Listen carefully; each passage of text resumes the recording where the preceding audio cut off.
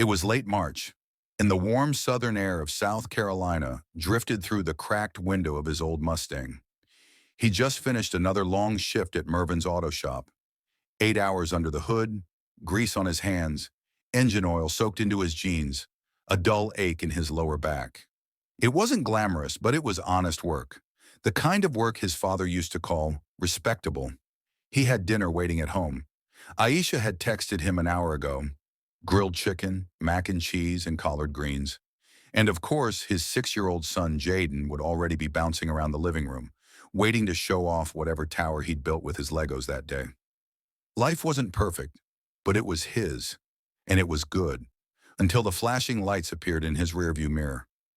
Marcus let out a quiet sigh and eased the car over to the shoulder. He wasn't speeding. Turn signals were working. Registration was up to date. Still, he knew the drill. Hands on the wheel. Don't make any sudden moves. Stay calm. The officer approached slowly, white, mid-40s, with mirrored sunglasses, even though the sun was nearly down. The name tag read K. Fuller. Behind him, another cruiser pulled up, and a second officer got out. That one stayed by the car.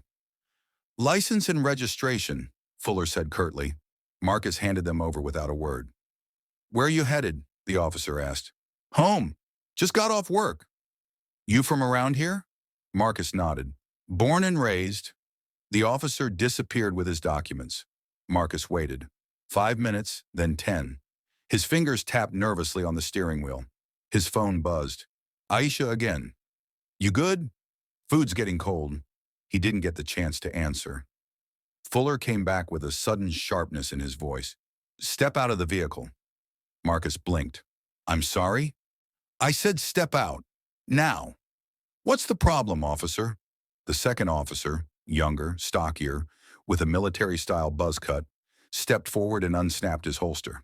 I ain't gonna ask again. Marcus swallowed hard and stepped out slowly.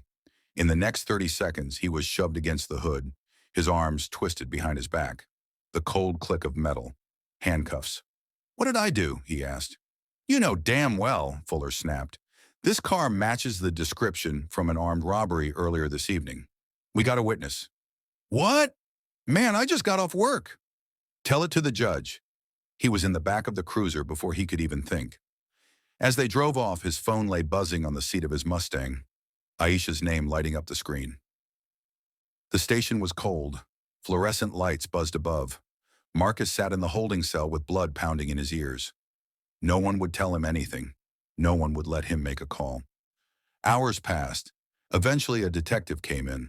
African-American, maybe in his 50s, with a tired look in his eyes. Detective Harris. He carried a folder and sat across from Marcus. Name's Harris. I'm just going to get straight to it, he said. A liquor store in West Greenville got hit tonight. Masked man, black hoodie, jeans. Had a Glock. Got away with about $300 in cash. And your car, same make, same color, was seen pulling out from the back of the store about 10 minutes later. Security cam caught part of the plate. It's not definitive, but that ain't me, Marcus said firm.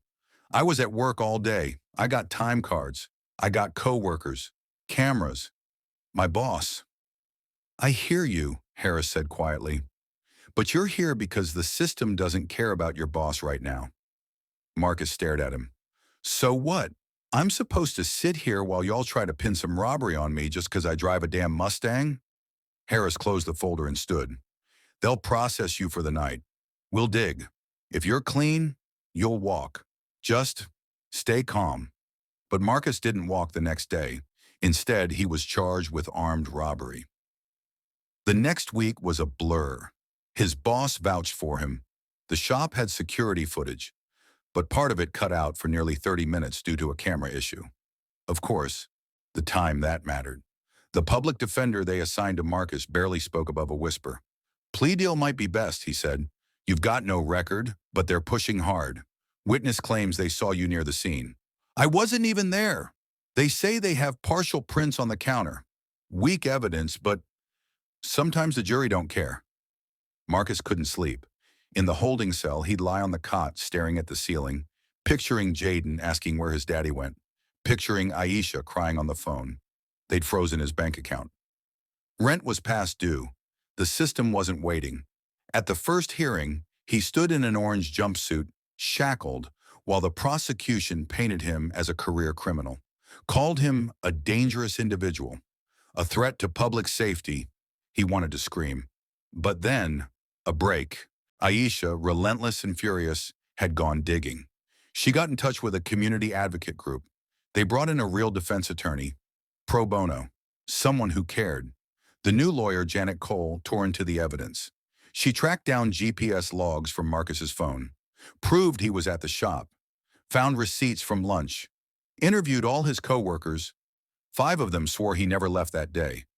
But the DA dragged their feet. Weeks turned to months. Marcus lost his job. Aisha picked up hours at a diner, pregnant belly and all. They barely scraped by. Jaden stopped asking when Daddy was coming home. He stopped smiling as much. Marcus fell into silence. He stopped eating some days, spent hours staring at the floor of his cell. His mind chewed through questions like glass. Why me? Why so easy to believe? Why did no one care until Aisha screamed loud enough? When the trial finally came, Marcus was a shell of himself, but Janet was fire. She presented the timeline, the GPS, the surveillance footage, even the phone logs. She called the witness who'd said they saw Marcus's car and tore apart their testimony. It was dark, raining. They were pretty sure. The prosecution looked weaker by the day. Their partial prints were inconclusive. No weapon was ever found, no money recovered, nothing, just a vague description, a car model, and a face the system didn't trust. The verdict took 3 hours. Not guilty. Marcus didn't smile. He couldn't. It didn't feel like a victory. He'd lost 7 months, a job, his savings, his son's trust. He hadn't been exonerated. He'd just escaped. Back home, Jaden hugged him and asked if he could stay forever this time. Aisha cried for hours that night. Marcus started walking in the evenings, down quiet streets, past the same liquor store, past his old shop, past the world that had looked the other way. He didn't want revenge. He wanted the world to listen, to remember, to stop pretending this didn't happen.